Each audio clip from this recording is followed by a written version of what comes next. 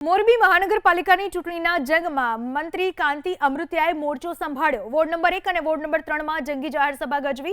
એમણે પક્ષના બળવાખોરો, પૂર્વ પાલિકા પ્રમુખ અને અપક્ષ ઉમેદવારો પર આકરા પ્રહારો કર્યા। વાવડી રોડ ઉપર આયોજિત સભામાં કાંતિ અમૃતિયાએ પૂર્વ પાલિકા પ્રમુખમાં મેં કર્યું વાળા નિવેદન પર નિશાન સાધતા કહ્યું કે રાજકારણમાં કોઈનું એકલાનું ચાલતું નથી। હું ભાજપમાં છું એટલે જ કામ કરી શકું છું। પક્ષ વગર કોઈની હસ્તી નથી।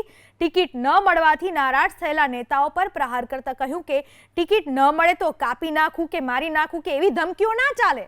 જો વફાદારીથી કામ કરશો તો પક્ષ બીજી વાર તક આપશે। મોરબીમાં વધતી જતી ગુનાખોરી અંગે તેમણે કડક ચેતવણી આપી કે કોઈની દાદાગીરી ચાલશે નહીં। તેમનું જાહેરમાં સરઘસ કાઢવામાં આવશે।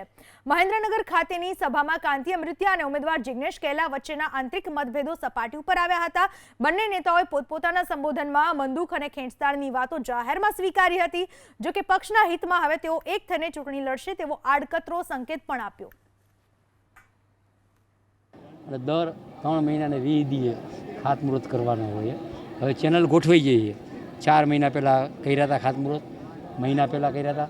ચૂંટણી પતે એટલે બીજી ગ્રાન્ટ લઈ આવી અને જે ખાતમુહૂર્ત કરવાના દર 3 મહિને નવા ખાતમુહૂર્ત થાય અને એની ચેનલ કાયમ માટે જે કોર્પોરેશન ચેનલ ટકે એના મારા પ્રયત્ન છે ને। વિકાસ સિવાય વાત નહીં હોય અને વિકાસ માટેની જે વાત છે આપસી જુઓ કે જ્યાં જે અહીંયા 1000, 1500, 2000 માણસની સભા હોય, રાતે 10, 11 વાગે રાહ જોઈને બેઠા હોય, તો એ જવાબદારી અમારી આખી ટીમની આ 52 મતદાન કરી અને વિજય બનાવશો અને વિકાસની જોત જે જાગી છે એને જો તમે ઓલાવા નહીં દે એની ખાતરી આપો।